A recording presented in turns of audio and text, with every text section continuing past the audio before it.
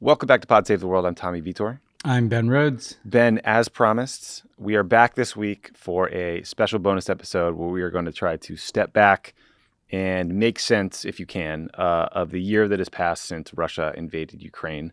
We're going to talk about the military campaign and what's happening, potentially going to happen in the spring, the political situation in Russia and how public opinion has or has not changed. And we'll hear from Ukrainian citizens about what this year has been like for the millions and millions of innocent people who are thrust into a war zone by Vladimir Putin. So this is something we're excited to do and hopefully do some more of these. Yeah, no, it's good to be able to step back and look kind of deeper at a subject. And there's no subject on earth that requires that more than this one. So glad we could do it. Well said. If you like this episode, let us know what you liked, let us know what you didn't like, and let us know if there's other topics you want to hear from. But the way this is going to go is Ben and I are going to talk at the top about some of the things that we and many others got wrong about this war. And then you're going to hear from 4 different guests. These interviews will cover different topics, and they're going to be shorter than the usual interviews. But you're going to hear from Christopher Miller first from the Financial Times about the military campaign and what to expect as both Russia and Ukraine maybe launch offensives this spring. You'll hear from Assia Vlasenko, an 18-year-old Ukrainian student who spent 6 months living under Russian occupation in Kherson before escaping to Prague. Maria Avdeeva, she is one of the countless Ukrainian citizens documenting Russian military and war crimes. And then finally, Max Seddon, who's also from the Financial Times. He's going to talk about Putin's speech earlier this week and how the political dynamic in Russia has changed or not changed after a year of war. So, Ben, some amazing journalists, some really brave, activists and civilians there, and one really talented artist, as you'll hear. Yeah, no, and it was interesting for me to talk to Chris and Max because the week that the war started, they were kind of the people that I turned to, and they were on this podcast. Chris was in Ukraine, and we revisit that in the conversation. And then Max, as good as anybody in kind of deciphering what's happening in the political situation in Russia. So it was really interesting a year later to talk to the same people. And I went back and listened to those interviews and to compare what they were saying at the time with what's happened now.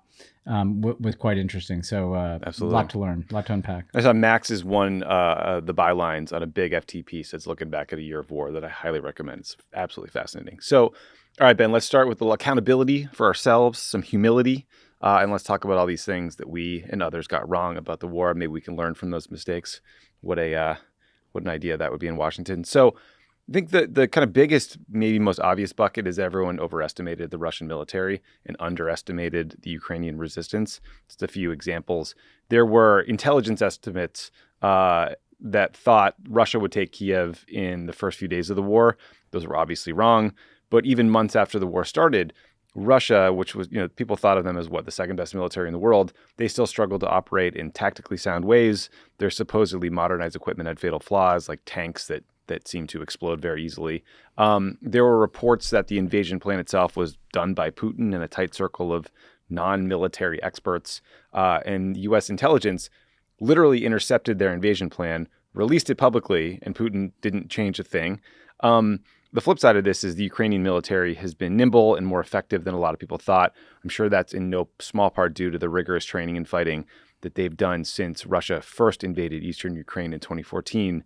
It's also worth pointing out that the Ukrainian military leadership, political leadership, I should say, and population showed unbelievable courage and resolve in the face of this invasion. So, Ben, one quick note I saw was the Washington Post they reported that Russian intelligence did a covert poll in Ukraine before the war that found only 48% of the population was ready to defend Ukraine. That was off by about 50%, I'd say. Very Dick Cheney of them, very 538, calling the Hillary race. So stepping back, what do you think we should take away and learn from these mistakes of just massively overinflating the Russian capability and underestimating the folks in Ukraine? I think that if you look at the Russian military, where they really failed was beyond just the lack of will to fight because they didn't know what they were fighting for and didn't know the plan. Or didn't know they were fighting at all, yeah. Good point. Exactly, right? But they've not been able to make their military work together. And we've talked about this a bit, but the air and ground components don't match. They're not synchronizing offensives across different geographies. They have modernized or invested in pieces of their military, but it doesn't work together as one machine, and that made it very hard for them to do kind of complex offenses, right?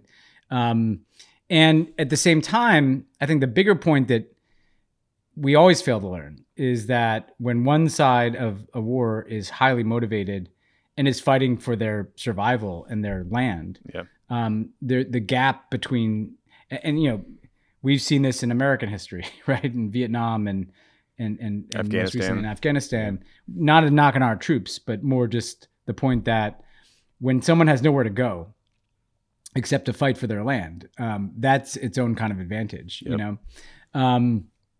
So those two things, the overestimation of Russian capability and just failing again to learn the lesson that, it may have been true that, by the way, if someone called me and asked me, like, do you want to fight, to defend your country? I mean, you don't really want to have to do that. But once the bombs start falling on your country, that changes in a heartbeat too. And so, I think, once again, overestimate. I mean, if I want to throw one more thing into this, Tommy, it's something I personally overestimated too, was the Russian cyber capacity. Good point. I think we built up in our heads that they had this great cyber capacity, that they could kind of cripple Ukraine and attack, Western financial. Because they got John Podesta to click some phishing link in 2015, right? We thought they were going to take down the Ukrainian government, right? Exactly. I mean, just because they've had some hacks in the last 2 decades doesn't mean that they cracked the code. And so this war that we thought was going to have this high tech component and is actually like an artillery battle, all that's to say, never underestimate motivation and never overestimate individual capabilities in a military that have not worked together before. Yeah. And I think, speaking of learning the wrong lessons, I think in the long FT article that Max worked on that I mentioned earlier, they reported that Putin only told a small group of aides that he was going to invade Crimea back in 2014. Some of them said, don't do it, don't do it. It went off easily. I think Putin probably learned the wrong lesson to only listen to himself when making these decisions. But now you fast forward and the Russian military has suffered something like 200,000 dead or wounded in this war. It's also clear, I think, that corruption hollowed out the Russian military far more than we had realized. We always knew it was a problem in the Russian government and sort of endemic in society. But I think that failures to get rid of corruption has sort of borne out on the battlefield. And it's just worth noting, though, as we look forward, the Russian military has adapted. They are getting more proficient at things like jamming communications. There was this really infamous moment when the Russian military tried to cross a river, which, I'm saying things, I'm regurgitating things I read from military experts, but apparently that's like one of the hardest things you can do as a military leader. They got decimated in one instance a few months ago, but they successfully conducted a river crossing operation more recently. So they're learning, they're getting better and improving, and that's something we should all, I think, worry about. Yeah, I this came up in both my interviews, Tommy. This idea of the Russian military is learning and is kind of moving more towards what its strengths are, which are this kind of grinded out efforts that we see on the front line now. And there's things that we have to be careful about overlearning in the other direction. So the river made me think of this. Mm-hmm. Max talks about this a bit when in our conversation, but when Russia retreated back in a manner that allowed Ukraine to take Kherson, mm-hmm.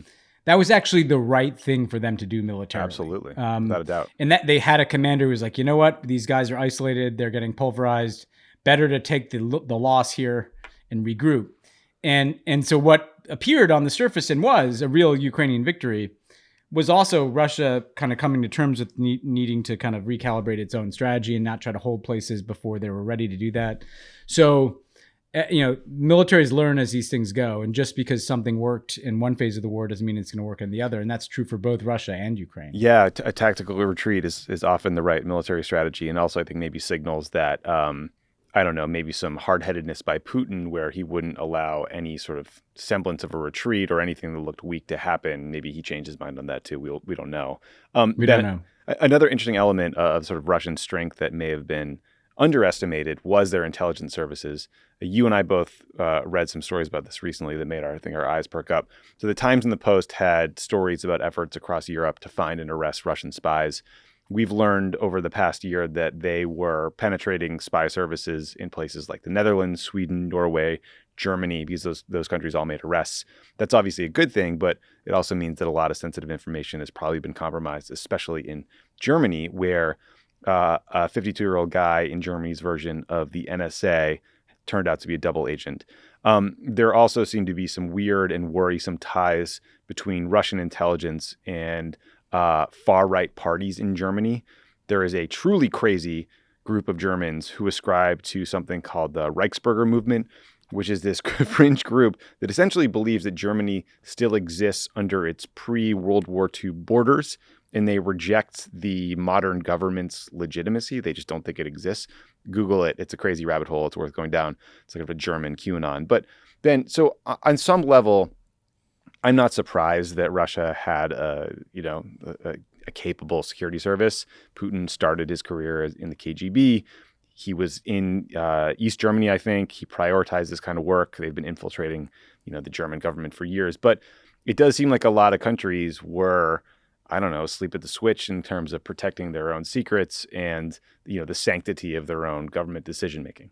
Yeah, it's interesting with the Russian intelligence services because where they were overestimated was in Ukraine, right? Yeah, good point. They got that one wrong.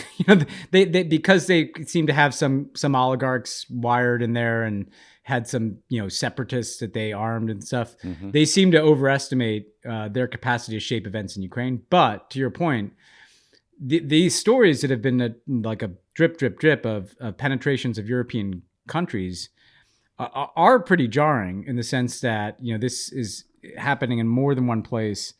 But I also think that the Germany piece speaks to a broader theme of something we've learned in the last year, which was kind of this extent to which Russia had kind of penetrated Germany itself, in that they had obviously the Nord Stream pipelines and the kind of energy dependency that Germany had on Russia. That had kind of corrupted some of the political elite. We've talked about Gerhard Schroeder, the former chancellor, who's like Putin's buddy.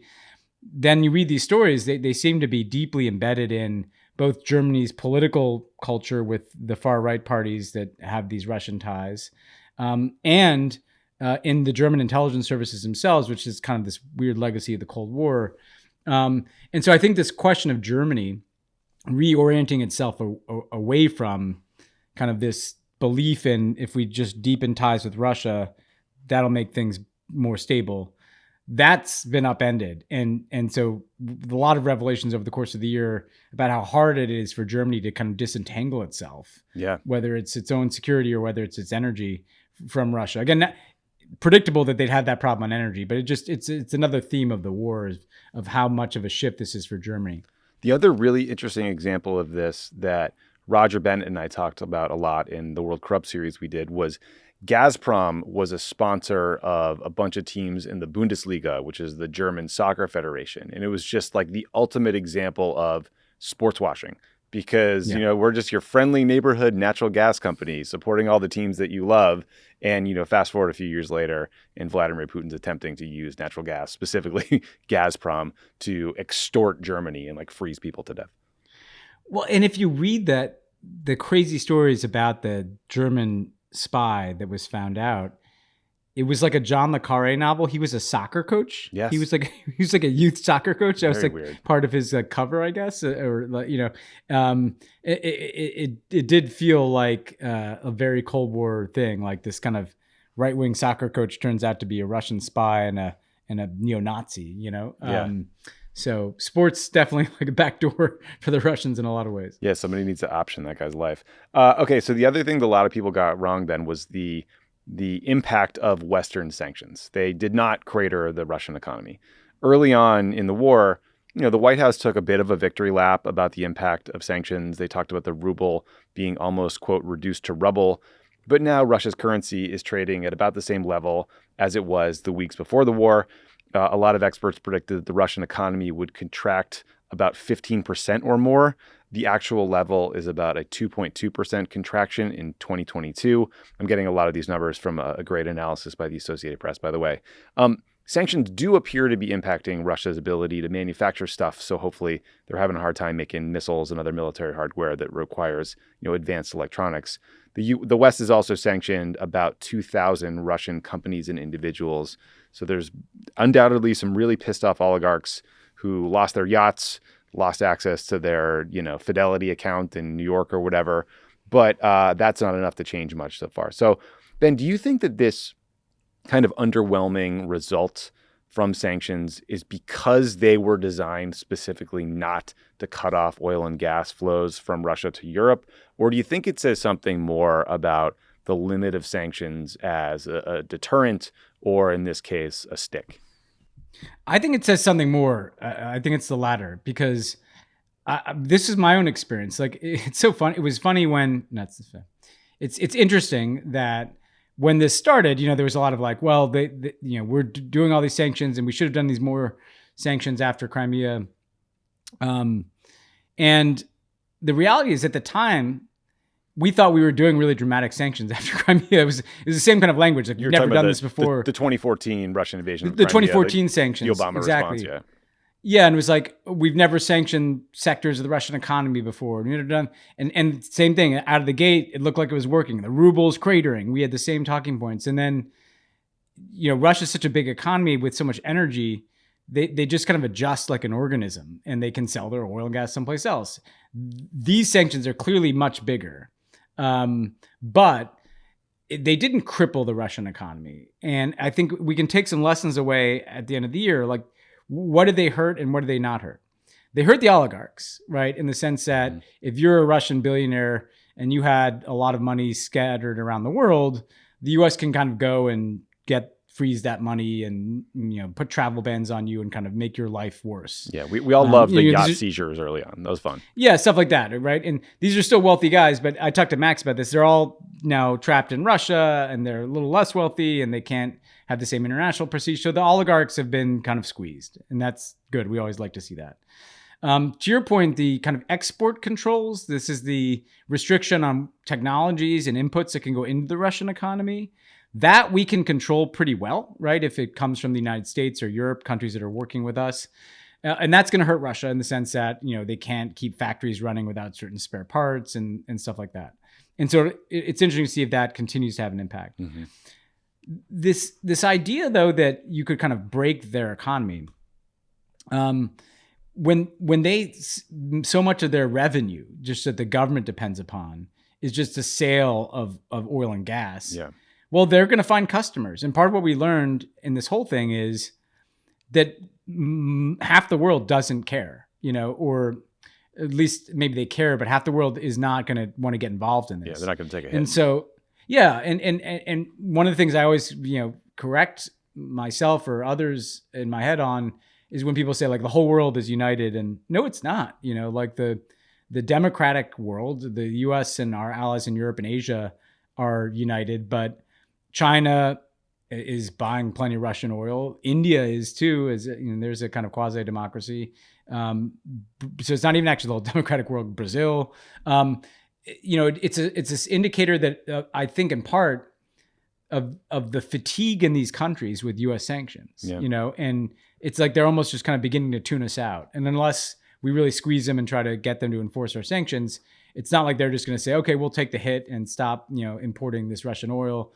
The U.S. rightly was pointing out that the food shortages were not because of our sanctions, they're because of things Russia was doing. A lot of the world didn't buy that, and because I think we're seeing some of the price for sanctions fatigue, the overuse of sanctions. I think came into play here. So they've had an impact. They froze a lot of assets. They made life more difficult for oligarchs. They're making it harder for Russia to kind of sustain itself. But if you're Russia and all you really care about is, can I get the revenue from selling this oil? And even if the Europeans and Americans cut us off, we'll just sell it someplace else. And I'm just going to totally prioritize the military kind of economy. They can stay above water. You can't defeat a country in a war with sanctions. Yeah. I think that the sort of bifurcation of the world observation is a good way into the next thing I think a lot of people got wrong, which was, I think a lot of folks thought Europe would split quickly and not be as tough as they have been. And I think if you look back a year after the invasion, that Europe has been far tougher and more united in its response to the Russian invasion than many people anticipated. They've put in place sanctions. Countries have made large arms contributions, including countries like Germany that had historically opposed such arms sales or transfers in the past. Many of them are talking about bumping up defense spending in general. some of this, look, was luck, right? Like Russia's attempt at extorting Europe, or energy extortion, basically, and preventing them from getting natural gas, was made a lot more impactful by unseasonably warm weather, and we're grateful for that. But even with those natural gas flows getting cut off, The Economist had a really interesting piece recently about how Europe has used the war to really turbocharge its investments in green energy and potentially has moved up their decarbonization timeline by a decade. So like they're moving, they're making changes that are significant and will be enduring. So Ben, Biden obviously deserves a lot of credit here for his ability to rally Europe and sort of bring everybody together. But what do you think we can learn from, I don't know, everyone underestimating Europe and I guess NATO's ability to do hard things, to do politically difficult things in the face of this invasion? I think that with the Europeans, part of what was interesting, particularly early in the war, was that public opinion was driving politicians to a harder line. Good point. Like European publics wanted to support Ukraine, wanted to give Ukraine weapons. And you saw this all the way up through Germany providing those tanks. Like there was a public pressure component, which has been totally absent in foreign policy. Usually in Europe, it's, the public doesn't want to, join some crazy American military adventure or, and understandably. Understandably, right? And so that's notable. Well, but that may be the lesson, right? Which is that this is about Europe and European security. And it's a lot easier to get Europeans to focus on that than it is to, make troop commitments to Afghanistan in 2010 or something, So that's one notable thing. I think the other thing that has held to some extent, right, is leaders of different political persuasions in Europe have also been, whether it's like Olaf Scholz to the left, Emmanuel Macron in the center, Boris Johnson on the right. It's not just like kind of one political faction in Europe that is supportive of Ukraine. With the creeping growth of the far right that is on Putin's side, Viktor Orban is kind of basically signaled as much. The AfD, the far right party in Germany, as we saw in that story we just talked about, fully co-opted by Russia. But there has been like a center that is held in Europe thus far. To be clear, there are some cracks in public opinion. There's some fatigue, and it's not as if Europe is doing as much as the United States. I think per capita, the Eastern Europeans are in terms of defense support to Ukraine. But there's a lot more that you could be seeing out of Western Europe too. But yeah, I think it's a sign that when it's about Europe and European security, Europeans are willing to do things that they wouldn't otherwise be willing to do in other parts of the world. Yeah, the one really, I think, the example that I think tells the story is Poland, where you have a very conservative, far-right government that is incredibly hawkish in its support of Ukraine, I think quite literally because they think, okay, when Russia rolls through Ukraine, we're next. Because we're literally, we're the next country up that could get invaded. And so there's like a very sort of existential feel to the need to respond strongly to Russia this time to prevent, more countries from being invaded that maybe you didn't feel or hear about back in 2014. Yeah, it's interesting. There's some splits in the way the far right deals with this. So like in Poland, the far right is like this Polish nationalist party that defines Polish nationalism kind of almost in opposition to Russia because of Russia's historical role, not just in Soviet days, but even before as a colonizing force in Poland. On the other hand, in like Germany, there is this kind of buy into like and in Orban's case, there's this kind of buy into this kind of global revanchist far right, Putin, everything from Putin's kind of like anti-woke culture stuff to the concept that like ethnic Russians outside of Russia should be part of Russia, something that, Viktor Orban has suggested about Hungarians in other countries. So it has kind of illuminated the kind of weird differences even in the far right. Yeah. A final sort of a bucket of things that are sort of Russia related that people got wrong or haven't come to pass yet. So good news, Putin has not used a nuclear weapon. He has not used chemical or biological weapons. I think there was a lot of concern that might happen early on. It's good news that it didn't. Also been something you and I talked about a lot. There just is no evidence that I've seen that Putin's decision to conscript young men into the army, to put in place a draft that has caused a political backlash. There was a very depressing report in the New York Times last week, I think, about how, far from moderating or feeling horrified by the cost of the war, Russian society has become more nationalist, more militant, and more right-wing, in part because so many Russian liberals left the country. They just got the hell out of there. The only dissent that is allowed in Russia comes from those to the right of Putin. It's like these military bloggers who want the invasion to be more brutal. They call for nuclear weapons use. And also, you have officials who once were seen as moderate, like Dmitry Medvedev, who used to talk all the time to Barack Obama, was like, clearly, you and I both read those transcripts of those calls. This guy was like a lawyer who had a Western orientation, who didn't have like KGB roots. Now he is a sociopath on Twitter. He threatens nuclear action all the time, right? So like people we thought could be moderating forces have gotten worse. And you mentioned this earlier, like the only example of Putin seeming to bow a bit to political pressure came when Russia allowed grain shipments out of Ukraine via the Black Sea. But that was probably due to lobbying from Turkey and countries in Africa that were like, hey man, we are starving. We need this food. So Ben, like stepping back, the kind of McDonald's theory of economic ties preventing wars was totally wrong. Sanctions didn't deter Putin. Putin's inner circle seems to be shrinking and getting more hawkish.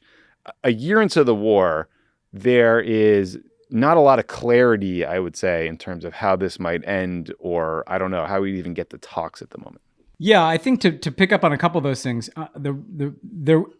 any prediction, and I think they were always, most people understood that they were long shots, but I think there was a hope, like right after the war began, would the Russian elite kind of do something to try to slow this down? Mm-hmm. Then would there be an anti-war movement? And then the mobilization, would people rise up? Then how are they going to take 100,000 casualties without there being protests kind of in provincial capitals and things like that?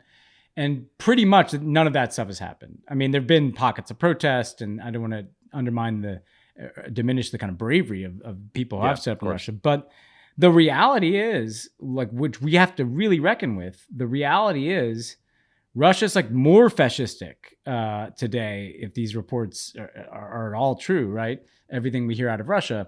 The liberals have left. The hundreds of thousands of Russians who've left are not the people that support the war. It's the people that want nothing to do with it. And we just have to reckon with the idea that, like, Putin's not going to be ousted unless something dramatic shifts inside of Russia. And you'll hear these kind of casual things like Putin's his days are numbered, or Putin probably sleeps pretty well in bed. Like, he just did a rally in front of like tens of thousands of people. Like, I say that with zero degree of admiration for this. No, this he just seems to be high in his own supply. Like, he seems to want to be compared to like Alexander the Great. Yeah, and so the psychology inside Russia could get worse, not better. And this ties into your point about how does this end? Because like I hear that it has to end in total victory for Ukraine. Well, I obviously believe that's right, but I also know that Putin's there. There's a country of 140 million people with nuclear weapons. It's not going away, and so that how this probably ends is in some kind of frozen stalemate type circumstance that you hope is maximally to Ukraine's advantage. There's one other, just not to be like the worry word here. Haven't used that word in a while. Sometimes people assume better intentions in other countries.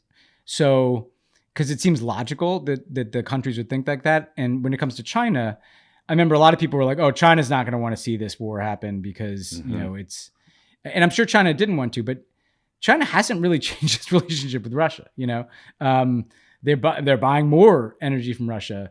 The foreign minister was just in Russia. Xi Jinping is likely to visit soon. And so when I hear people say, well, like Russia will never use a nuclear weapon because, well, China would stop them from doing that. Why? Like, I don't know. Like, sometimes we assume these, like, I think China would prefer that Russia didn't do something like use a nuclear weapon, but I also don't know that if Russia did use a nuclear weapon, China would totally flip its orientation either. We've seen, again, among these autocracies, like obviously a lot of tolerance for hypocrisy and Right. and lack of concern for human life. And that's something we need to keep in front of mind here, that we can't assume that Putin will ever realize it's in his interest or the world's interest to end the war. I do think your point about grain is important. And what the lesson should be from that is that if we really want to put diplomatic pressure on Russia, we're going to have to mobilize people in the global south, in Africa Open and the Latin aperture, America. And so that's, I think, a lesson that I hope that can be put to use this year. You may not be able to bring China over to your side on this thing, but the other swing votes on this thing matter. Yeah. The China piece of this is interesting. I mean, sure, on paper, they will say that they want countries to respect the territorial integrity of others, blah, blah, blah, until Taiwan is involved. But in practice, they might like cheap oil. They might like the U.S. Expending lots and lots and lots of ammo and weaponry that couldn't be used in a future conflict. So we'll never know. I've seen that Fiona Hill, who was a national security staffer, worked for Trump, and was a key witness in one of the impeachment hearings, has been suggesting that she thinks the ultimate outcome of this war could be more like an Iran-Iraq war, where, in that case, you had Iraq getting lots of weapons from the United States and Western countries, but Iran had a lot more manpower, and it just led to this sort of grinding stalemate over years and years and years. That would obviously be a horrible outcome for any human being in Ukraine. Yeah, and what that could lead to is a circumstance where this grinds on, and hopefully Ukraine can take back some of this territory, particularly in the south, right? That land bridge to Crimea we've talked about, so that Ukraine is a contiguous, viable country. And then the fighting kind of slows itself down, exhausts itself into some kind of frozen conflict. I obviously would prefer, a big, more decisive Ukrainian victory, but we have to, we have to be cautious against triumphalism here, because this is very hard, and there are human beings right in the middle of this, as we'll hear about in this episode. Absolutely. Okay, that is, I think, a great place to end it and stop the list of things that we and many others got wrong when they were sort of predicting how this war would go when it began. Why don't we take a quick break, and when we come back, you'll hear some of the interviews. Okay, let's listen to our first interview. It's with the Financial Times' Christopher Miller. Ben, you talked to him. What are we going to hear? Well, we're going to hear about his own experience, starting covering this war in eastern Ukraine. Former Peace Corps volunteer from Bakhmut, which is the town that is completely besieged right now. And just how has this war evolved over the last year, and where is it headed with these offensives in the spring? And I think, as usual, Chris gives a good lay of the land, with also having like a kind of a deep connection to the experience of people in Ukraine over the last year. Wait, so he was a Peace Corps volunteer in Bakhmut? In Bakhmut. I didn't realize that till this I had no idea. Yeah. So he has very deep connections and feelings for the place. Wow, that's incredible background. Okay, well, without any further ado, here's the interview with Chris. So I'm very pleased to welcome back Christopher Miller, who is now a reporter with the Financial Times and finishing up a book, which everyone's going to have to buy. Chris, you're going to have to come on and talk about it. But thanks so much for joining us from Kyiv. Yeah, thanks for having me. Good to be back. So you were really, I think, an important resource for a lot of us at the beginning of the war and even the days right before it. And given that we're looking back on the year here, I wanted to start by just kind of playing a clip of from a conversation you and I had a few days before the full-scale invasion, because I think it sheds interesting light on kind of how the war has evolved. So, Haley, you can play that clip. The main key focus in Donetsk would be far, far, far to the southeast in the city of Mariupol, which is this really important port city for Ukraine that would allow Russia to then push a little further west toward Crimea, and its Crimean forces to push east in order to create this land bridge. So if that is the goal, then we will see a lot of action in the south. I think the goal then would not be to take over necessarily all of Donetsk and Lugansk regions to the north, but to make a very serious push south, swinging west toward Crimea to create that land bridge. So what's interesting about that is obviously Russia went further, and that is the scenario you and I discussed. They went for Kyiv. They wanted to kind of decapitate the whole government and failed. But it's kind of interesting if you think about where the war has evolved. It did move down south to that land bridge. Mariupol, obviously, horrifically, has been a centerpiece of Russian gains. And they've even relinquished a bit in the north, right, to Kharkiv. in the Ukrainian counteroffensive. I mean, how do you evaluate? Did Russia kind of shift from Plan A to Plan B, the land bridge? How should we think about the Russian aims 1 year in? Well, I think it tried both at the same time, right? So, I mean, Mariupol was besieged very, very quickly. So it did actually happen, as I said in that clip.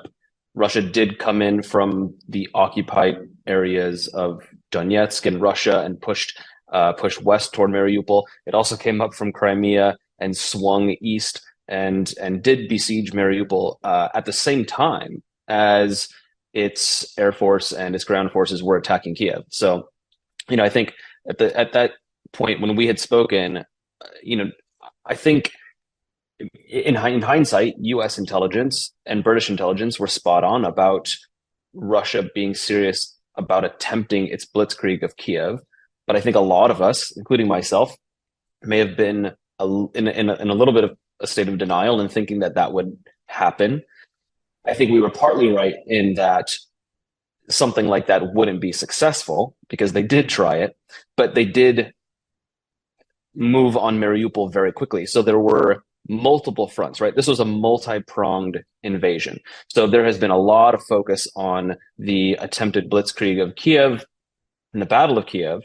But it's important to remember that, as you mentioned, Kharkiv and Mariupol were both attacked at that same time, right? The Russians came up from the south, they came in from the east, down from the north, and they did try to encircle Kiev. I think, we were chatting just before we began about how Putin had to try, right? And I think that the goal then, and ultimately, I think his goal, or what he would like to see, is the decapitation of Kiev, right? Or at least the capture of it, so that he can put in place this puppet government that he can control. But there was always this plan to take those parts of eastern Ukraine and southeastern Ukraine that he first invaded back in 2014. As the war went on last year after the retreat around Kiev, there was the regrouping of Russia's forces and the refocus solely on the south and the east, and that did see Russian forces gain a little bit of territory over there, but the Ukrainians are doing a really good job at keeping them at bay, and the Russians have ultimately lost a lot of the territory that they were able to immediately grab in those first days of the invasion. The focus is what I think we thought, or a lot of us thought would be in the beginning: Russia trying to take all of Donetsk and Lugansk, those eastern regions that make up the area known as the Donbass, plus now holding on to what it has captured in the southern Zaporozhye and Kherson regions. And that's still very much the focus right now as we speak. And there's this new Russian offensive that maybe you want to talk about, and we can get into, that has already begun. But all signs pointing it to being almost dead on arrival. There have been very, very few gains made in the last few weeks since they began. Yeah, I mean, one more question looking back. You had reported for so many years in the Donbass region, and I think when we were speaking in that conversation, I think you were there. What is your understanding of what life has been like in some of those regions that you covered? Many of which I think Russia did take, although they subsequently lost, Kharkiv. But what do you hear from those parts of eastern Ukraine that you were so familiar with over the years? Well, I've been back. I've been to many of these places that I reported on for years, and some in which I lived and worked in. So I, as a Peace Corps volunteer back in between 2010 2012, I lived and worked in Bakhmut. Then it was known as Artyomovsk. And then I didn't know you were in Bakhmut. Wow. Yeah. Okay. I lived and worked in Bakhmut for 2 years as a Peace Corps volunteer. And then I moved to Kiev and started my career in foreign correspondence. So Bakhmut is a place that's very, very near and dear to my heart. It's not just a place that I cover as a journalist, but a place that I care very much about, including the people who live there. And I can tell you, it's hell on earth. I mean, most of the city has been destroyed. There were 80,000 people that lived there before the war. Now there are fewer than 5,000. I can only say, I mean, luckily, all of my friends had the foresight to leave either before February 24th of last year or shortly after and made it out safely. But they were forced to leave behind their homes, most of their possessions, almost all of them. Some of them had to leave back their pets. They've not been able to return. It's a ghost town. The last time I was there was in December, and it was hell on earth. Like I said, it was heavy shelling, airstrikes. The two apartments that I had lived in when I was working there had both been struck by one by an airstrike, one by heavy shelling. There were artillery holes into in the building. The roads were torn up. Both of the main highways going into town were under Russian fire, and it was really, really dangerous to get in and out. And in the last week or two, the Ukrainian military have now closed access to the city because the fighting there is so intense.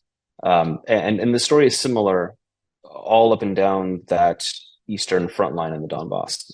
You asked what life is like. Well, in most places along the front line, there is no life to be spoken of. I mean, the people who remain there are living in their basements. There's no water. There's no electricity.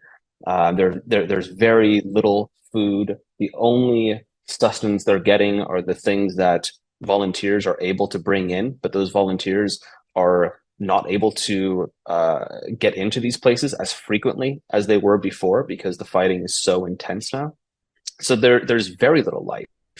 And this region of Donbass, which is composed of both the Lugansk and Donetsk oblasts, I think we're roughly around 6 million people, which is a large percentage of Ukraine's population of 40 to 42 million people before February 2014.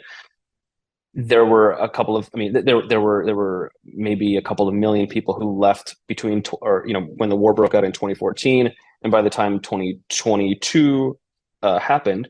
But now there are, maybe tens of thousands of people. Just a fraction of the number of people living in a region the size of the state of Massachusetts, now. And so there really isn't much life there. And these people have all been forced away, and it's now quite literally a battlefield and not much more than that.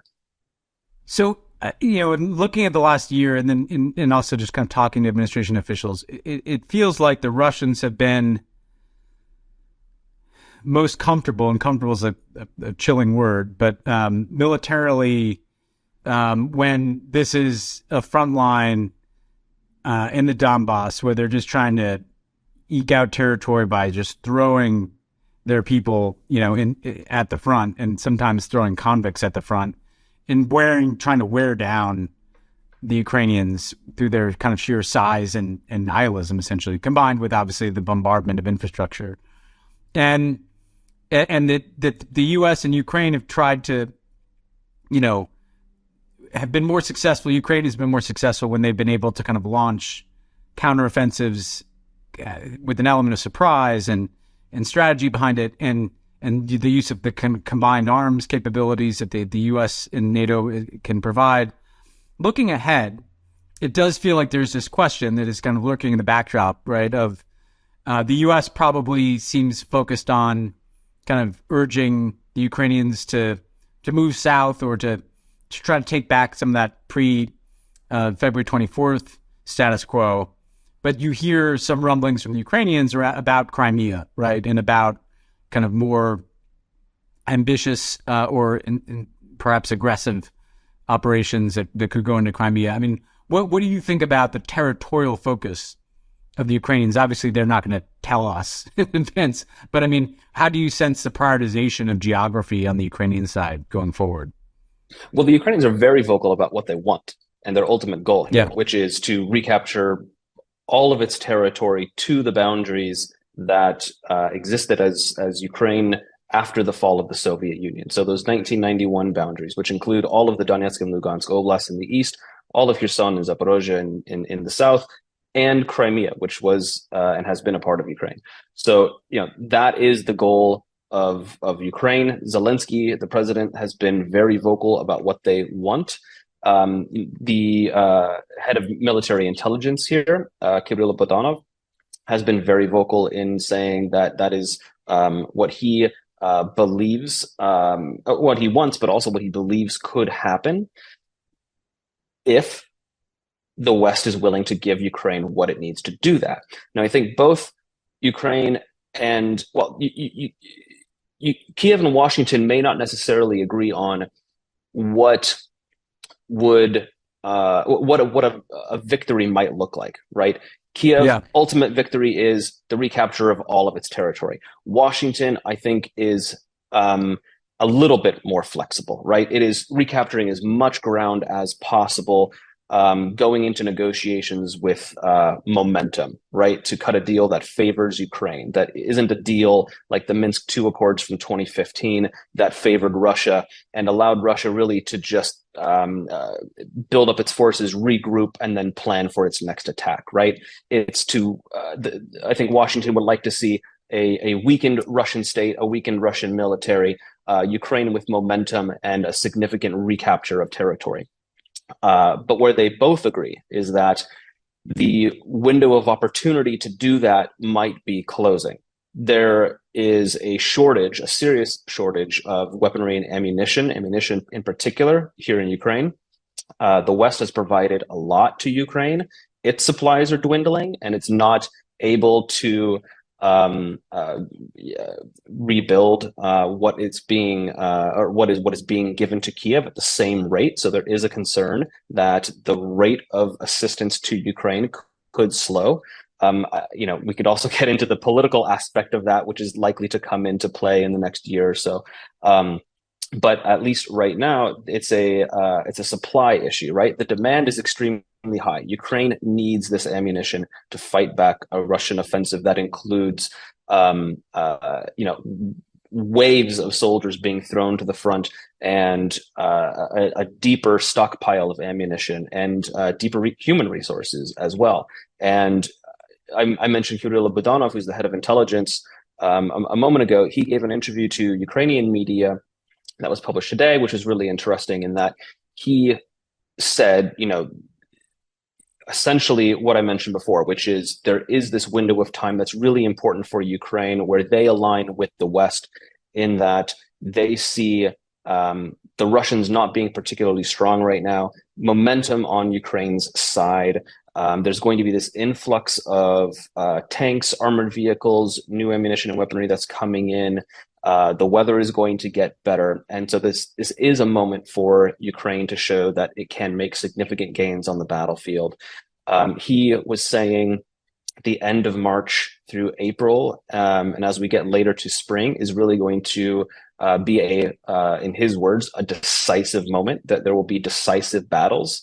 I think he likened it also to a soccer match where the score right now is 1-1 and we're in the 70th minute. So he's saying that he actually sees possibly, if not an end to this war, Ukraine and Russia really getting down to fighting these battles that are going to shape what an end might look like. And so I think the next several weeks and couple of months as we get through spring are going to be really important. And a lot will hinge on what the West is willing to give Ukraine and how quickly it can arrive. Yeah. No, I think that's right. And we'll know, by the end of the spring, what theory is, the Russian theory of attrition versus the Ukrainian theory of momentum and what new weaponry. I think we'll know a lot more then. I just want to ask you, wrapping up and looking back, like I can't imagine how formative an experience it must be to have been there this year. Obviously you've been in war zone there in the past in Eastern Ukraine, but is there an image or a memory or a moment that stands out to you when you look back at the last year, above the others? How do you process it? I think the thing that really stands out to me are just those first moments on February 24th, simply because even if you or I believed, or some of us believed or didn't believe that Russia was going to fully invade, in the way that it did, to be in it when it was happening, as it unfolded. And I was just a couple thousand feet away from the airfield in Kramatorsk when the first 4 missiles struck there and shook our hotel and jolted us out of bed. I mean, it was unlike anything I've ever experienced before. And I've been covering the war here since 2014. And I don't consider myself a war reporter. I'm very much a Ukraine reporter. I cover all, politics, culture, the war. I never set out to be a war reporter like many of my Ukrainian colleagues or people who were based here as foreign correspondents. We were just thrust into this. And I'd seen very heavy fighting. I thought I saw what was the worst of it in 2014, but I think just the sheer scale of what's happening has been shocking.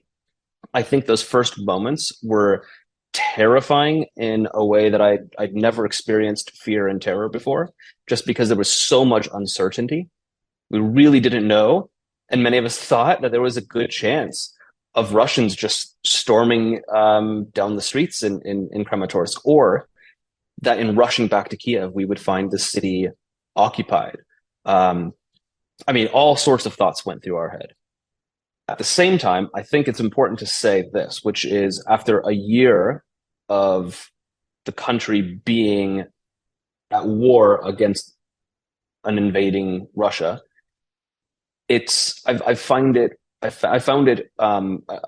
strange to feel to find how used to it I can get, and like how almost normal steaming, for example, today could feel. The air raid alerts didn't sound this afternoon, right? We only had 1 air raid alert. That was, in the grand scheme of the last year, it was a very quiet day here in Kiev. And I talked to a lot of my Ukrainian friends who've also, in a way, gotten used to living at war, which is weird because there's this insidiousness to it, right? And I think that is something that, obviously I'm not articulating it very well, but it's something that can be difficult to sort of put your thumb on. But when you take a breath and sort of, or for me, when I go back home to New York and I take a break for a couple of weeks, I realize how screwed up this situation is and how much it has impacted me. But I need to take that step away to sort of experience it and feel it. And I know that, my Ukrainian friends here don't get that break. And so we talk about that. And that's something, whenever this ends, however it ends, that I'll be really interested in seeing, just how life returns and what that looks like here. What normal is, yeah. I'm not suggesting you're this guy, but did you ever read Dispatches by Michael Herr? I did, yeah.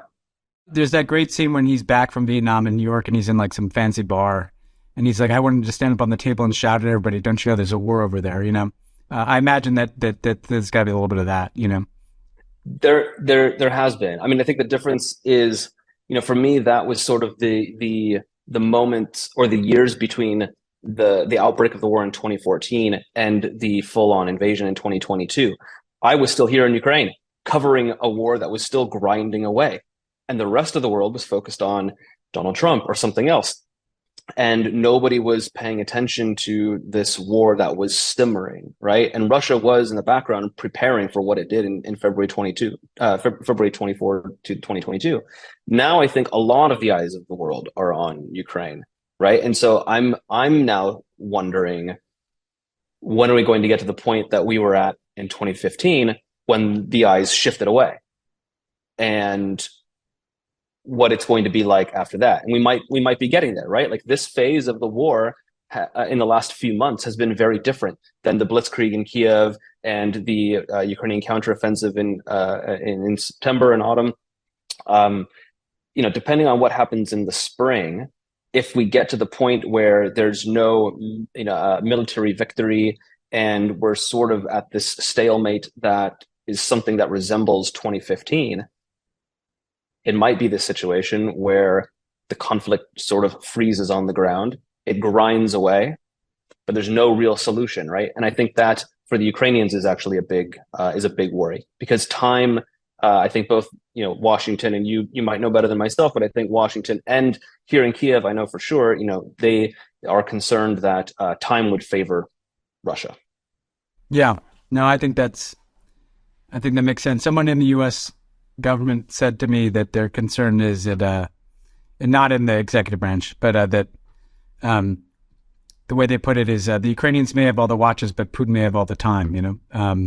Which is kind of an opaque phrase, but there's something to it. Well, look, it's really good to see you doing so well, and we really appreciate all your reporting, and we look forward to following you on the FT and also seeing your book when it comes out. So thanks so much for joining us again. Yeah. Thanks for having me. Anytime. Okay, so our second interview is with Assia Vlasenko. She is an 18-year-old student from Kherson.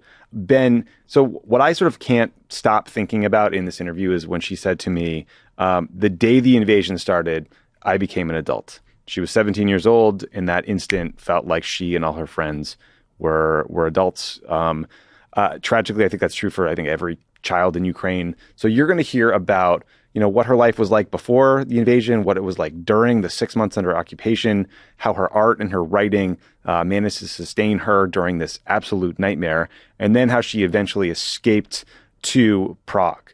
She's an accomplished artist, she's an accomplished writer, and we are also going to link to some of her work in the show notes. And Tommy, what's interesting too is that she came to us via Zhana Nemtsova, whose father, Boris Nemtsov, was assassinated by Putin, most likely. And so it's interesting how these worlds come together too.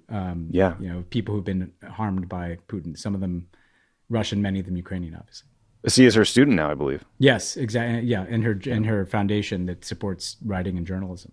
Yeah, well, two incredibly talented people.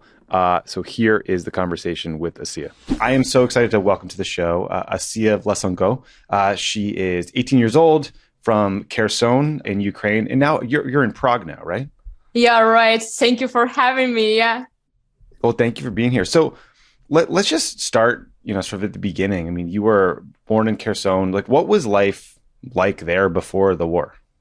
Before the war, I just ordinary child who just was to be successful in the academic, success. Yeah. And it was my main goal before that. So you were just in high school, studying, doing art. Yeah, right. Stuff. And Kherson's pretty close to, Crimea and sort of the eastern part of Ukraine. Did you guys feel the conflict that had started in 2014? Was that sort of present in your lives? Yeah, of course. But at that moment, it was 2014 and I just was a child. I just was 10 years old. And yeah, my parents nervous about that, of course, because our territory was occupied by Russian military and everyone understood it at that moment. And yeah, it was horrible. I mean, I know you spent 6 months, I think, living under Russian occupation. What was that like? I want to start with the first day because this day, I think will always remain in my memory because I was very scared. Just imagine it started early in the morning at 4 a.m. and my dream abruptly interrupted by terrible explosions and by my father's voice who reported that war had started. The Russians had attacked Ukraine. At that moment, I remember exactly how an animal sense of fear overwhelmed me, yeah? And literally in the first days, such bad things like medicine or food, yeah, disappeared. There were problems with water, interruption of light and communication. Imagine you cannot call your relatives, whether they are alive or not. To find out what is happening in the city, you hear constant explosions, enemy aircraft flying, and it was very scary. I had been through a lot of stress at that moment. And I want you to understand that I was just a child, just teenager, hiding from explosions. And I felt scared for myself and for my loved ones. Yeah, because at any moment our lives could end. We didn't know like what would happen next. Yeah. And I remember how we called at first days, yeah, and every day after that too, our relatives in fear, all crying. Like we realized that this could be the last phone call. Oh my God, it's devastating. I mean, were there sort of like Russian troops in the streets walking around? Was the occupation that present? Yeah, right. Like whole city was occupied and a lot of people died because Russian soldier like opened lethal fire for like just for citizens, like for citizen who was unarmed. And every hour, both of day and night, you hear like constant explosions. And Russian tanks and APCs drive like through the streets. Residents are ordered not to go out. The occupiers that, when I said previously, yeah, open lethal fire. They brutally and indiscriminately shoot those who leave their homes. For them, it's like, I don't know, like safari. Russia sits in armored car and shoots civilians. And, when war started, the war that my city experienced in the first days of the occupation was at night of March 1st, when trying to stop Russian troops. It just was first day when Russian army occupied my city, occupied Kherson. Yeah, and 36 people were killed in Lilac Park. This is Shumen district of my city. With their bare hands, with only Molotov cocktails, they tried to stop an armored convoy of Russia's occupant. They were all killed. And after that, we saw a video on the internet that locals posted after shelling, and there were people's body torn apart. And after seeing, the horrible footage of this shooting, people came out on the main square of the city and walked towards the enemy tanks with their bare hands, the muzzles of which were pointed at them peaceful and armed people. They stretched out the flag of Ukraine about 100 meters long and carried it along the central street, shooting in the soldier's face like Russian soldier is a fascist and occupant. And to go home, glory to Ukraine and other. I just want to emphasize that civilians stood unarmed with Ukrainian flags against an armed column of occupiers. I think that Russian military clearly didn't expect this resistance from the population. Yeah, they must have been absolutely shocked to see a bunch of civilians marching up the tanks, armed only with a flag. That's an unbelievable act of bravery. So there were some reports from other areas that were under occupation, like, Bucha is the most horrifying example of Russian soldiers becoming more aggressive and more brutal over time. Was that something that you guys experienced? We call it like quiet terrorism because the occupiers like set up checkpoints around the city, and people were searched, arrested, and beaten. And a lot of people disappeared without a trace. I think more than like 800 people disappeared without a trace. And we learned that they had been brutally murdered and left in the basements. And it's horrible. And the mayor of Kherson was arrested by Russian military, and so far there has been no information about him. Wow, I did not know that. So obviously, going outside sounds terrifying. Like, how did you spend your time for 6 months sort of living in this occupied zone? It was surreal, actually, because 2 weeks later, after the Russians attacked my country, my school continued the learning process just online. Wow. We were studying under the bombing raids, doing our homework, and the city was being shelled. Like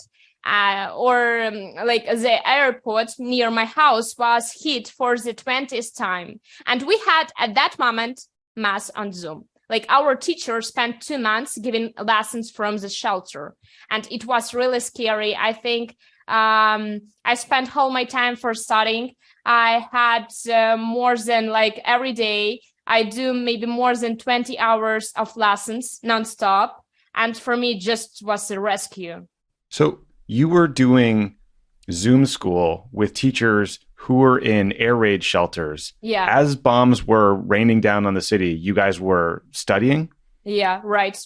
We do That is our incredible. work, yeah. And we graduate from our school and receive like this, our documents, yeah, after that. Man, that is some amazing focus. So, I mean, eventually I know you were able to get out of Kherson and out of the country.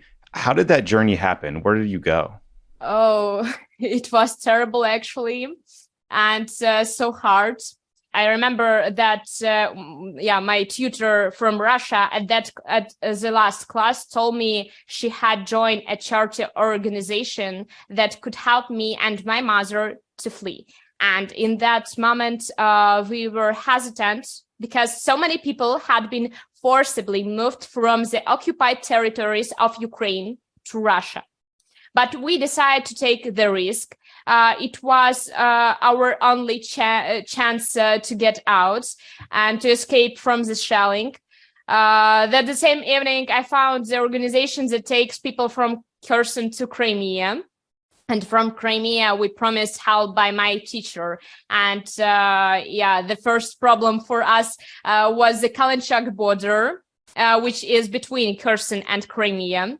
I will never forget the crossing on foot when my mother and I were walking with heavy bags and we were facing a huge convoy of Russian military equipment traveling toward Kherson. Yeah, and at the border, a FSB officer questioned us for a long time. They asked me the same questions, such as my attitude towards the war, the purpose of my trip, who my father worked for, and so on. Fortunately, when they checked my laptop, they couldn't find my illustration, which were all about the war and support for Ukraine. When we got to Crimea, we are already like helped by volunteers and go through through Russia and Belarus countries. Yeah, part of Russia and Belarus. Mm-hmm. Just imagine more than 7,000 kilometers. It's not at all, because on Russian-Belarus border, all passengers of our bus were checked and questioned by Russian border guards for 17 hours. Wow. But we were lucky to wait any specific answers, but it was terrible, actually. And then we got to Polish border, and then we made our way to Berlin. Yeah. Wow. So to get out of Ukraine, you had to go through checkpoints, get interrogated by Russian soldiers, watch Russian convoys of military equipment go past you the other direction towards your city, and then just spend days and days and days sort of winding your way through to finally get to the Poland border. I mean, what did it feel like when you finally crossed the border into Poland, out of Belarus or out of Russia? I just feel freedom. I just feel like I'm just find this rescue for my family. And I think it is so. I know you've written about how your writing and your art sustained you during this period. Can you tell us about that? Like what you worked on and how that helped you sort of deal with this nightmare? I think it was a rescue for me, because I just wrote all my thoughts at that moment, what I'm feeling. And for me, it was so important, because before the war, I just worried about my just only about my academic success. And it is so, but there was number one goal for me at that moment. But morning of February 24th changed me forever, and I immediately became an adult. And I learned to live and learn in any condition. And I think my art, it's only about what's happening in Ukraine, and I need to share with world what it is and it just rescue for me, first of all, because I created artwork about Ukraine, what happens in our cities. Yeah. And because all of these terrible events in my country push me like to become interested. And all my artworks I just sent to charity auction, and whole money sent for Ukrainian army and Ukrainian refugee, for Ukrainian children which need help. I bet there's probably going to be a lot of sort of Americans, a lot of Westerners listening to this or to our conversation. What do you want them to know about Ukraine and about the war and sort of what your country needs? Our country needs support. We need to help with ammunition. We need to help for refugees and other things. And I think my government said about that a lot of times. And yeah, because I can't like imagine like another situation, because my house was destroyed a Russian missile. My school was destroyed a Russian missile. And it is horrible. A lot of people died in Ukraine right now. And I just want to help my country with whole like ways how I can do it. Yeah, because it's genocide right now in my country. See, I really appreciate the time telling your story, letting us highlight it here. Is there anything else you want to say that I didn't ask you or that listeners should know? I just want to say to everyone, it is a citizen of world, and we need to know, like, when somebody died, it is a real matter for us and for everything. And in my country right now, it is genocide, and we need to help everyone. And glory to Ukraine. Yeah, support Ukraine, Slava Ukraini, and Ukraine will win. And I think it is all. Yeah. Thank you for having me. It's a great message, great place to end. Assia, thank you so much for doing the show, and thanks for sharing your art with us. Yeah, thank you so much. Thank you for having me. Okay, so our third interview is with Maria Avdeeva. So Maria is one of just the countless Ukrainian civilians who have become part of this sprawling resistance effort. A lot of that work started early on, where you had civilians reporting in Russian troop movements. Now it includes documenting war crimes. So Maria and I talked about like what life is like day to day, what Ukraine needs militarily, EU membership, President Biden's visit, and a lot more. She's like doing incredibly serious, I imagine, challenging work. Like she'd been in the front lines hours before we spoke. It was really important, I think, to both of us that we heard from people in Ukraine, especially civilians doing this work, so listeners can understand what life is like for them. So here's Maria. I'm excited to be joined today by Maria Avdeeva. She's the research director at the European Expert Association in Ukraine, focusing on international security, Ukraine-EU relations, and emerging security challenges in the region. So thank you so much for doing the show. Thank you for having me for the second time since this crazy invasion started. You have been doing this amazing work. I mean, countless Ukrainian civilians have been doing this amazing work of citizen activism, citizen resistance, relaying troop movements, or documenting atrocities committed by the Russian military. What does that kind of effort look like now, a year into the war? Well, for me, it's a huge surprise to see Ukrainians like that, because when the invasion started, I never thought it would last for so long. And everyone was talking throughout the year, asking if the Ukrainians are already exhausted. And yet in the year, they are not exhausted. They are more angry and more resilient even than in the beginning. Because at the beginning, there was this period when there was like a little bit uncertainty, chaotic, people didn't know what to do, what will happen. And now it's very clear what we have to do, what the goal is. And that is why people have the strength to continue fighting. This is a tough question because I know, Ukraine is a big country. Some cities are hundreds of miles away from the front. But I'm just trying to sort of get a sense of what life is like for sort of the average Ukrainian citizen. Are people kind of going to work from 9 to 5 every day? Is there sort of a bit of a return to normal routines, even if life isn't normal? Like, how would you describe that? Well, it depends very much on where in Ukraine you live. because the closer to the front lines, the more life has changed for everyone. And then throughout Ukraine, life has changed for many, many people because a lot of families live separated. A lot of men are now in the territorial defense or regular military units on the front lines, and their wives are volunteering or doing something else to help the army. So many, many people, including my friends now, and including myself as well, do now something completely different that they were doing before the war.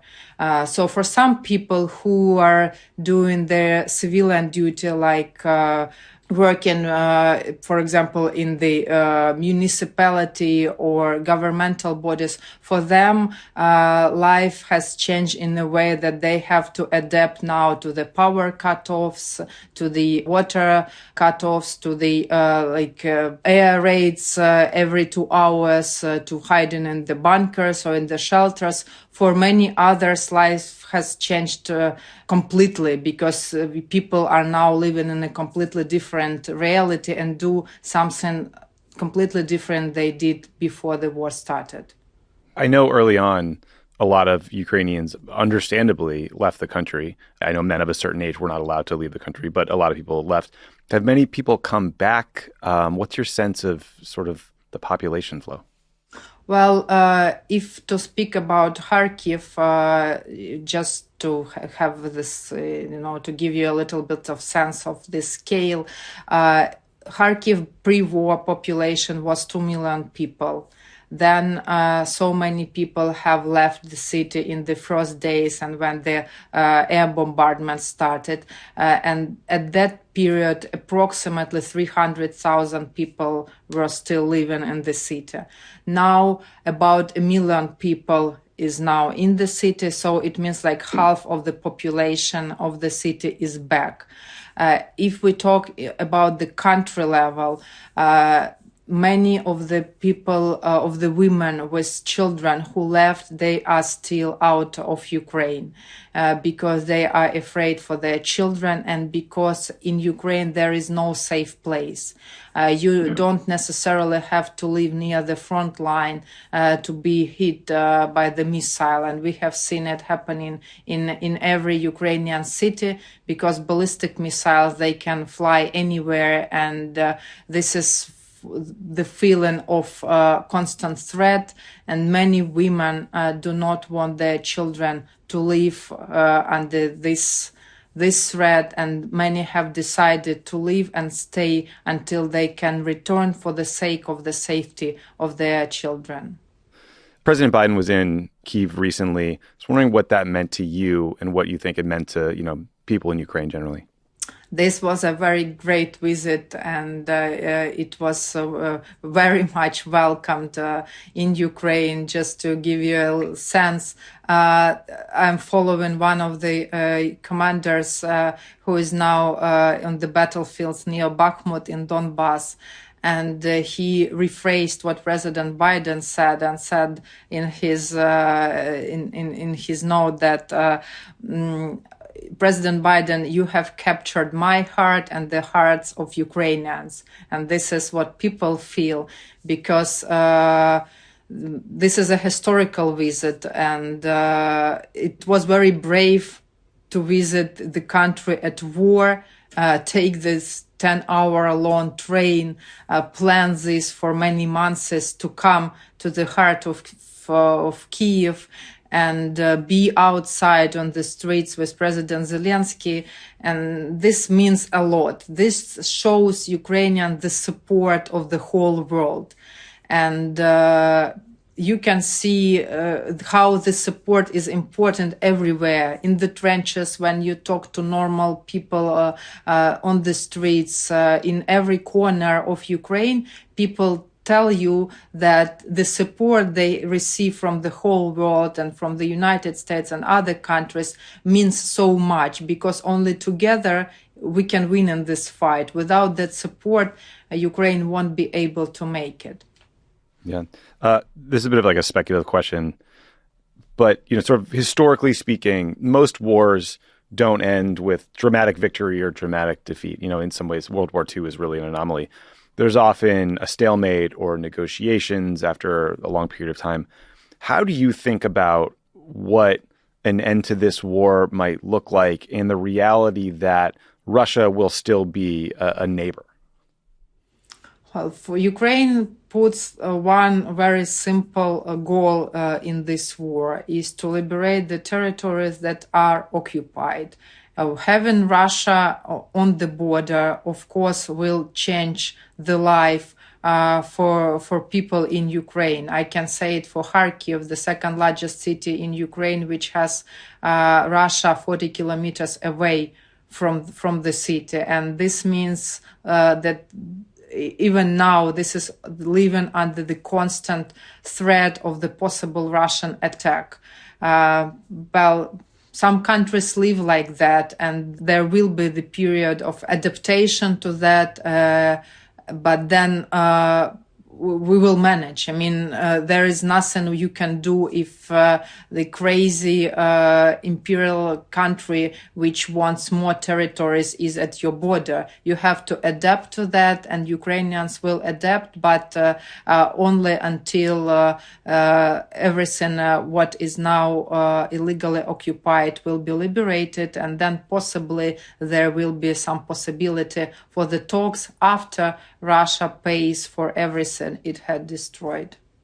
Yeah, I mean, I guess I have sort of naively hoped that Russian citizens would see the brutality of this war, that they would get sick of learning about their own loved ones coming home dead because Putin pushed them into the meat grinder, and maybe create some sort of political dissent. Now, I know that's incredibly difficult in Russia, right? Putin locked down the free press, they jails critics, et cetera. But have you been surprised that there's not, I don't know, more discernible frustration among Russian citizens for the fact that not only are they decimating their neighbor's country, but they're destroying a generation of Russian citizens in the process?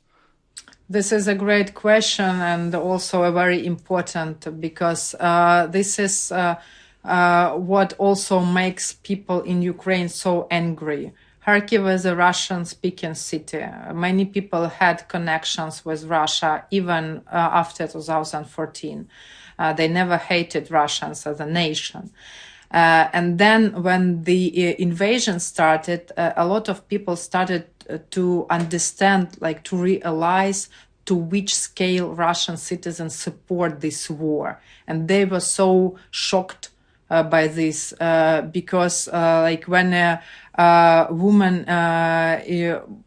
calls her mom from the Kharkiv metro and says, I am in the metro because our apartment was destroyed by the Russian missile, and her mother tells her, no, it's your Ukrainian Nazis, they are shelling your own cities. So, and these are just one example. There are so many of them. When Russians, they refuse to accept the fact that this is a war, the crime of aggression, the war crime which Russian troops commit every day here, and that they support it, and we see the support is growing, and this is something that is very hard to realize, and the only way of how I can explain it to myself is that this shows us how propaganda and disinformation are effective when it's made on a state level for many years,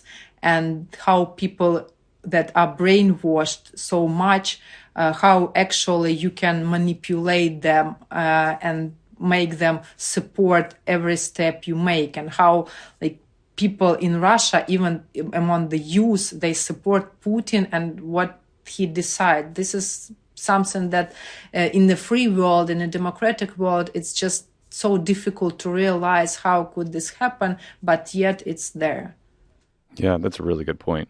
Well, listen, Maria, thank you so much. I mean, also, your Twitter feed and all the things you're documenting, it's just like invaluable, and it's unbelievably courageous that you're out there at the front, recording these things, sharing them with the world. So, I mean, just thank you for the work you do, for keeping people informed, and for talking to us. Thank you so much. It is my pleasure, and thank you for your constant support. And I am happy that all these things that people started to say since 1 month after the invasion, that the Ukrainian fatigue and that Ukraine the topic of Ukraine won't be important is not true, and that Ukraine is important and Ukraine has this support, and it's also because of the work you do. Thank you for that. That's very nice of you to say. Well, thank you, and stay safe, and hope to talk to you again soon. Thank you. Thank you so much. And then finally, we hear from Max Seddon from the Financial Times. Ben, you talked to him yesterday, I believe. Yeah, no, and Max, he has a really good finger on the pulse of what's happening kind of in Russian society. So we talk about Putin and how he's managed to stay so entrenched. Really interesting comments by Max about when things might get harder for Putin, basically when this group of hardliners is competing over a smaller pie. And we may have already seen that with the kind of rupture with Prigozhin, the head of the Wagner Group. And then, talk about kind of Russian attitudes, generally speaking, the mood of the oligarchs. So Max can really walk us through why Russia looks like it does a year after, which is, I think, very confusing to some outsiders, including many of us. Yeah, I think his article quoted background conversations with like 6 oligarchs. It's a pretty good Rolodex you got there, Max. Max is pretty clearly sourced in the oligarchs, which is probably for good copy. I love that. Okay, well, here's Max. I am really pleased to be joined by Max Seddon, the Moscow bureau chief for the Financial Times, coming to us from Riga, which is the Moscow bureau right now. Thanks so much for joining us, Max. Thanks for having me. So we're doing this 1 year on, and you were such a invaluable guide to us and many people in understanding the Russian view at the outset of the war. So obviously we want to look at this a year on. And one place I wanted to start is that if you said a year ago that Joe Biden would be going to Kyiv, that not only would Kyiv hold, but that the Ukrainians would kind of mount offensives in places like Kherson and Kharkiv, and that the Russian military would be essentially kind of humiliated in many ways, that'd be a pretty bad outcome for Vladimir Putin. And yet, in looking at it today, what has not happened is the worst case scenarios for Putin in Russia, in that seems like he's found some ways to work around the sanctions. There's not like mass popular discontent. He seems pretty entrenched there. How do you evaluate that dynamic that basically the failure of the war doesn't seem to have weakened Putin's grip in Moscow? Is that true? And why do you think that is? No, and I think you saw it today. So we're recording this after Putin made his long-delayed State of the Union address, which he hadn't done for almost 2 years.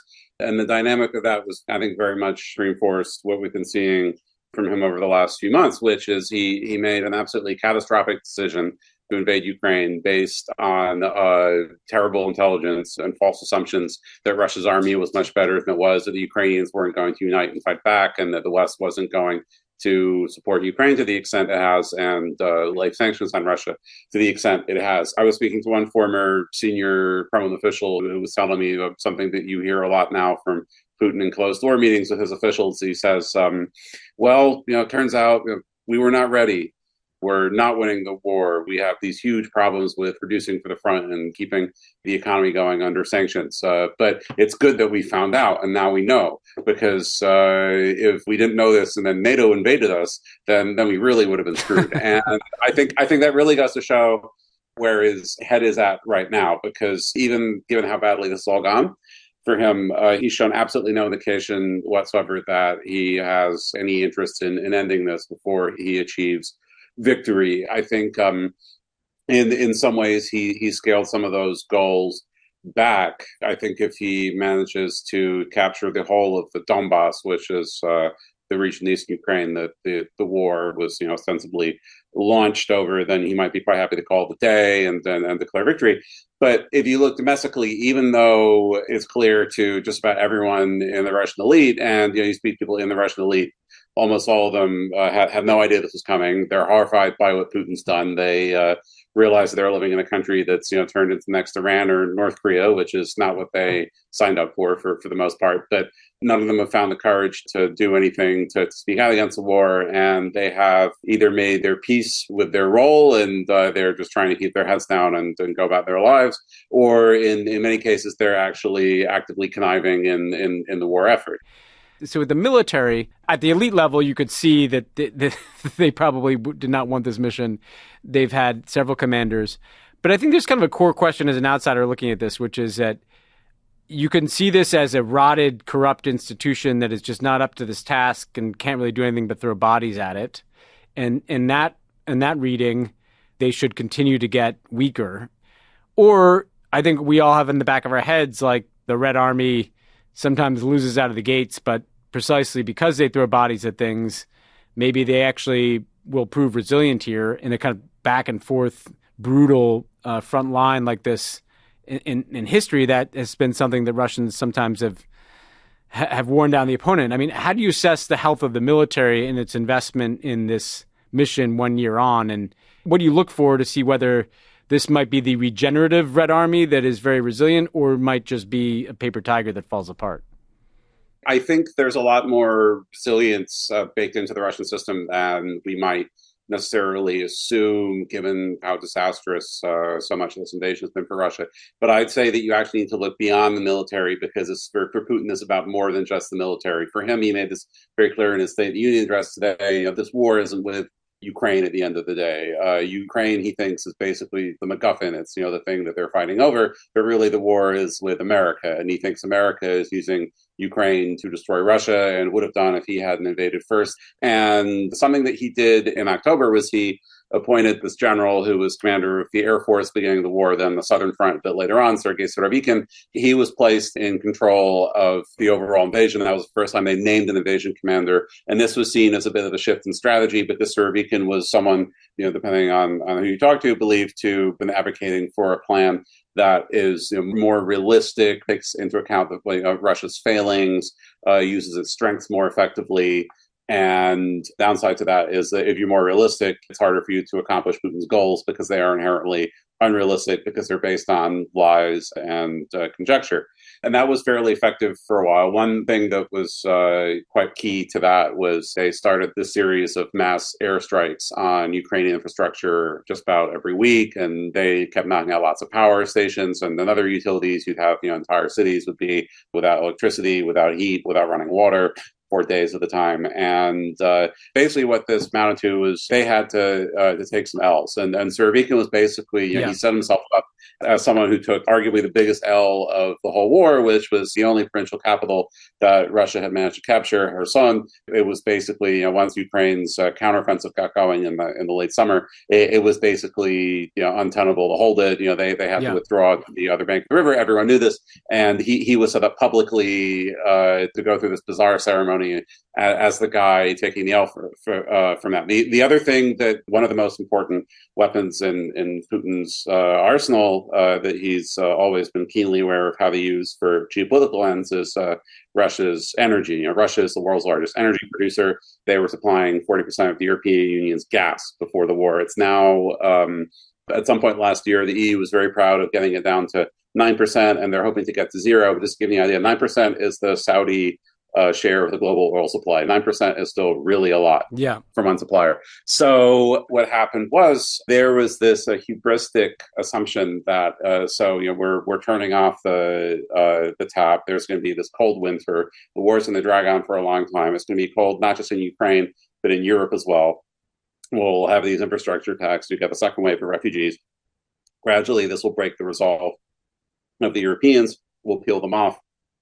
And this will lead to some sort of deal where Ukraine gets divided, conquered, and thrown under the bus. And for various reasons, this didn't happen. If you're Putin, you say, okay, so that's how it goes. But this for him is an existential war, because this is the defining moment of his entire reign. He really seems to have convinced himself that he's on a historical mission to gather the Russian lands. And so it's basically this is a game of endurance. I did want to ask you about the oligarch piece of this. I guess Prigozhin is a particular flavor of oligarch. This is the mafia, really. Yeah, it's exactly. The worst version. But you were, at the beginning of the war, I remember you walking us through that surreal meeting when Putin called in all the oligarchs to that big room and basically told them to get with the program. And I just follow your reporting. I can tell you seem to be sourced in that world a little bit. And I'm just curious what the mood is among the kind of kleptocrats, the oligarch class that kind of was less influential in Moscow even by the launch of the invasion, seems even less so today. But they are, billionaires and people with resources and people who've, some of them like Prigozhin directly involved in the work of the state, some of them more adjacent, and some of them Roman Abramovich types trying to be global figures. But how would you describe what life is like for the oligarchs today and how they see things going?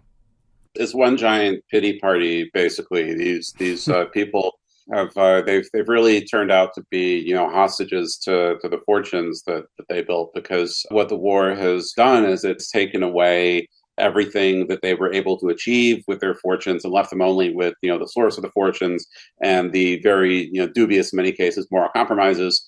And they say nothing of worse stuff that many of them did that they had to do to build those fortunes in the first place. Because the whole point of being an oligarch was you owned the factory in Siberia that you privatized for a tenth of what it was worth. You got a loan from the state bank because of your political connections to buy the factory. Yeah. But you're living in the south of France. Your kids are at school in England. You're on your yacht half the year. You just got an Emirati passport because you're friends with one of the emirs while you're doing some winter yachting, and that's all gone now. With a few exceptions, they're basically trapped in Russia as they see it. With American sanctions, it's very difficult. You had a lot of people who've been trying to reroute a lot of their business or their personal finances through places like Dubai, Turkey, to a lesser extent, Central Asia and Saudi Arabia. The U.S. Treasury has been doing quite a lot to pressure those countries and crack down on that. We still need to see where that goes. And so what these people